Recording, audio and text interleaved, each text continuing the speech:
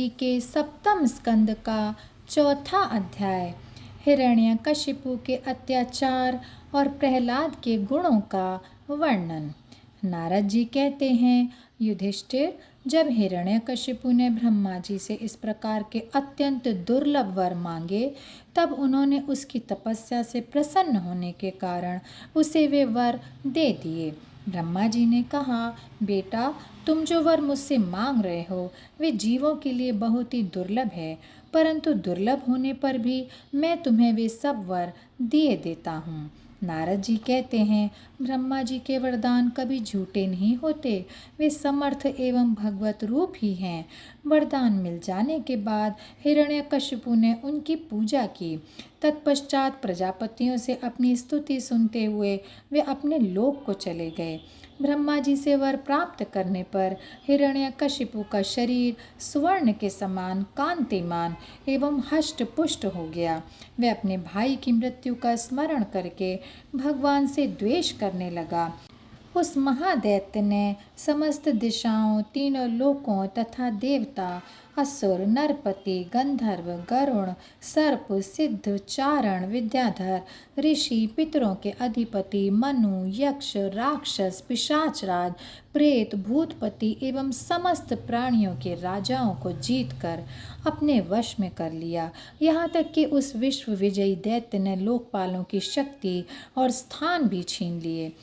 अब वे नंदनवन आदि दिव्य उद्यानों के सौंदर्य से युक्त स्वर्ग में ही रहने लगा था। स्वयं विश्वकर्मा का बनाया हुआ इंद्र का भवन ही उसका निवास स्थान था। उस भवन में तीनों लोकों का सौंदर्य मूर्तिमान होकर निवास करता था।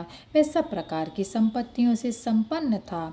उस महल में मूंगे की सीढ़ियाँ, पन्ने की गचें, स्फटिक मणि की दीवारें, वैदूर्य मणि के खंभे और मणि की कुर्सियाँ थीं। रंग बिरंगे चंदोवे तथा दूध के फेन के समान शैयाएँ, जिन पर मोतियों की झालरें लगी हुई थीं, शोभायमान हो रही थीं। सर्वांग सुंदरी अप्सराएं अपने नूपुरों से रुनझुन ध्वनि करती हुई रत्नमय भूमि पर इधर उधर टहला करती थीं और कहीं कहीं उसमें अपना सुंदर मुख देखने लगती थीं। उस महेंद्र के महल में महाबली और महामनस्वी हिरण्यकशिपु सब लोगों को जीतकर सबका एक छत्र सम्राट बनकर बड़ी स्वतंत्रता से विहार करने लगा। उसका शासन इतना कठोर था कि उससे भयभीत होकर देव दानव उसके चरणों की वंदना करते रहते थे। युधिष्ठिर, वह उत्कट गंध वाली मदिरा पीकर मतवाला रहता था। उसकी आंखें लाल लाल चढ़ी हुई रहती थीं। उस समय तपस्या, योग, शारीरिक और मानसिक बल का वह भंडार था। ब्रह्मा, विष्णु और महादेव के सिवा और सभी देवता अपने हाथों में भेंट ले लेकर उसकी सेवा में लगे रहते थे। जब वह अपने पुरुषार्थ से इंद्रासन पर बैठ गया, तब तो युधिष्ठिर, विश्वावसु, तुम्बुरु तथा हम सभी लोग उसके सामने गान करते थे। गंधर्व, सिद्ध, ऋषिगण, विद्याधर, अप्सराएं बार बार उसकी स्तुति किया करती थीं। युधिष्ठिर, वह इतना तेजस्वी था कि वर्णाश्रम धर्म का पालन करने वाले पुरुष जो बड़ी बड़ी दक्षिणा वाले यज्ञ करते थे, उनके यज्ञों की आहुति वह स्वयं छीन लेता। पृथ्वी के सातों द्वीपों में उसका अखंड राज्य था। सभी जगह बिना ही जोते बोए धरती से अन्न पैदा होता था। वह जो कुछ चाहता अंतरिक्ष से उसे मिल जाता तथा आकाश उसे भांति भांति की आश्चर्यजनक वस्तुएं दिखा दिखाकर उसका मनोरंजन करता था।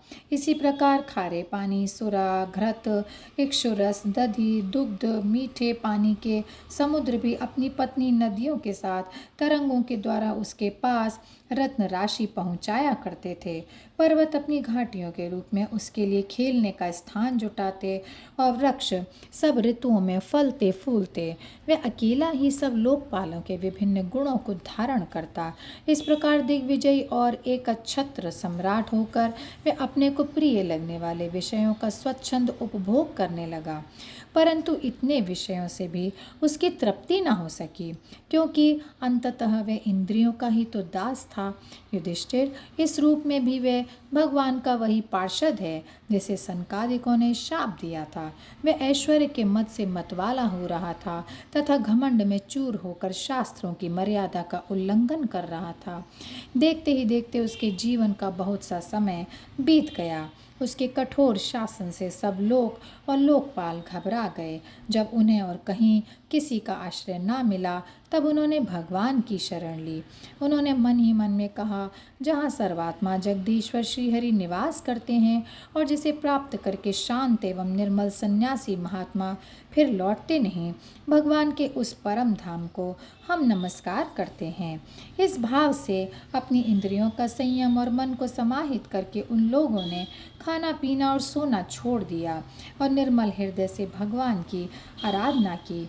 एक दिन उन्हें मेघ के समान गंभीर आकाशवाणी सुनाई पड़ी। उसकी ध्वनि से दिशाएं गूंज उठीं। साधुओं को अभय देने वाली ये वाणी यों थी, श्रेष्ठ देवताओं, डरो मत, तुम सब लोगों का कल्याण हो। मेरे दर्शन से प्राणियों को परम कल्याण की प्राप्ति हो जाती है। इस नीच दैत्य की दुष्टता का मुझे पहले से ही पता है। मैं इसको मिटा दूंगा। अभी कुछ दिनों तक समय की प्रतीक्षा करो। कोई भी प्राणी जब देवता, वेद, गाय, ब्राह्मण, साधु, धर्म और मुझसे द्वेष करने लगता है, वे शीघ्र ही उसका नाश हो जाता है। जब यह अपने वैरहीन शांत और महात्मा पुत्र प्रहलाद से द्रोह करेगा, उसका अनिष्ट करना चाहेगा, तब वर के कारण शक्ति संपन्न होने पर भी मैं इसे अवश्य मार डालूंगा।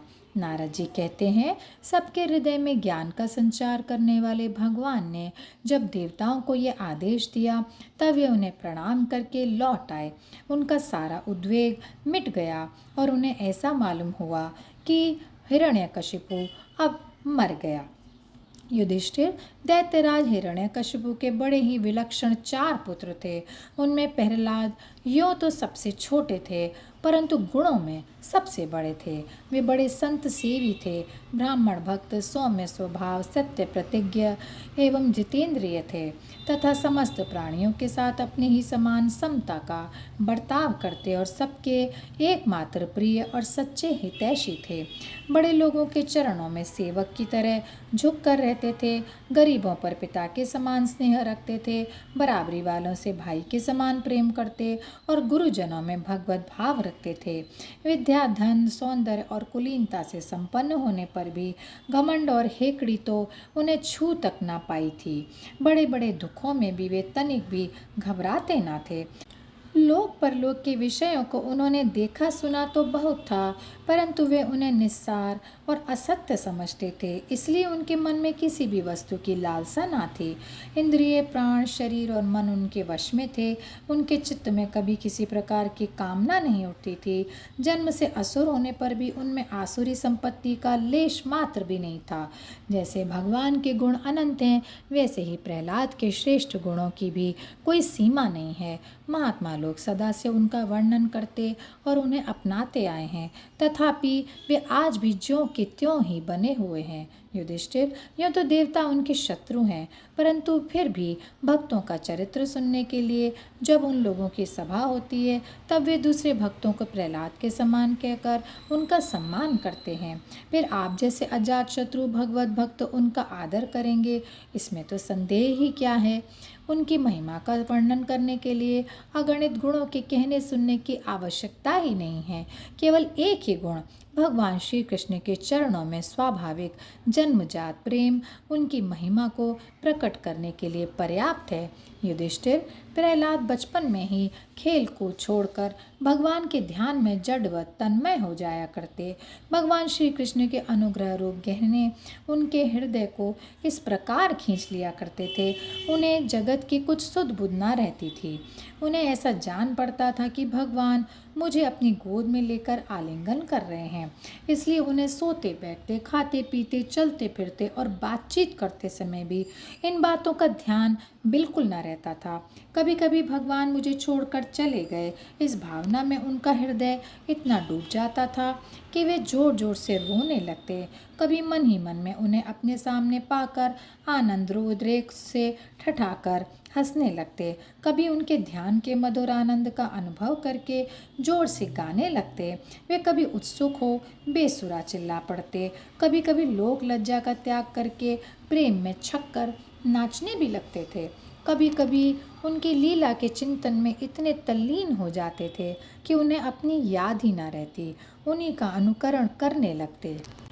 कभी भीतर ही भीतर भगवान का कोमल संस्पर्श अनुभव करके आनंद में मग्न हो जाते और चुपचाप शांत होकर बैठ रहते। उस समय उनका रोम रोम पुलकित हो उठता, अध खुले नेत्र अविचल प्रेम और आनंद के आंसुओं से भरे रहते। भगवान श्री कृष्ण के चरण कमलों की यह भक्ति अकिंचन भगवत प्रेमी महात्माओं के संग से ही प्राप्त होती है। इसके द्वारा वे स्वयं तो परमानंद में मग्न रहते ही थे। जिन बेचारों का मन कुसंग के कारण अत्यंत दीनहीन हो रहा था, उन्हें भी बार बार शांति प्रदान करते थे। युधिष्ठिर प्रहलाद भगवान के परम प्रेमी भक्त, परम भाग्यवान और ऊंची कोटि के महात्मा थे। हिरण्यकशिपु ऐसे साधु पुत्र को भी अपराधी बतलाकर उनका अनिष्ट करने की चेष्टा करने लगा। युधिष्ठिर ने पूछा, नारद जी, आपका व्रत अखंड है। अब हम आपसे यह जानना चाहते हैं कि हिरण्यकशिपु ने पिता होकर भी ऐसे शुद्ध हृदय महात्मा पुत्र से द्रोह क्यों किया। पिता तो स्वभाव से ही अपने पुत्रों से प्रेम करते हैं। यदि पुत्र कोई उल्टा भी काम करता है तो भी वे उसे शिक्षा देने के लिए डांटते हैं, शत्रु की तरह वैर विरोध तो नहीं करते। फिर प्रहलाद जी जैसे अनुकूल शुद्ध हृदय एवं गुरुजनों में भगवत भाव करने वाले पुत्रों से भला कोई द्वेष कर ही कैसे सकता है। नारद जी, आप सब कुछ जानते हैं। हमें यह जानकर बड़ा कौतूहल हो रहा है कि पिता ने द्वेष के कारण पुत्र को मार डालना चाहा। आप कृपा करके मेरा ये कुतूहल शांत कीजिए और मुझे सब कुछ बताइए। और यहीं पर यह अध्याय समाप्त होता है। जय श्री कृष्णा, जय श्री कृष्णा, जय श्री कृष्णा। गोविंद बोलो हरि गोपाल।